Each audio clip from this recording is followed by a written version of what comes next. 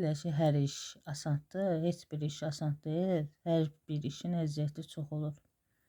İstəyir canlı yayımda, istəyir şey. Neysə, TikTok'a görə belə borc yalanı altıma uçdu. Qəpik güya borcumuz var. Getmişəm banka ki, ay xanım, mən komissiya ödəmişəm. Nədir problem? Deyir düzələcək, düzəlməsə savada gəlin. Bir işin dalıyca 40 dəfə gedirik. Saat 4-də işləmiş gəlib, mənə bildirir.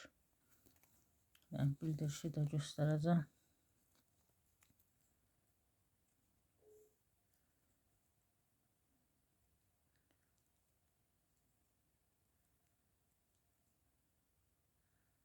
Bu da bildiriş.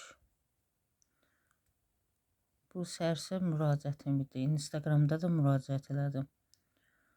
Yəni, elə bilirlər ki, hər şey asandır da, heç bir iş asan deyil.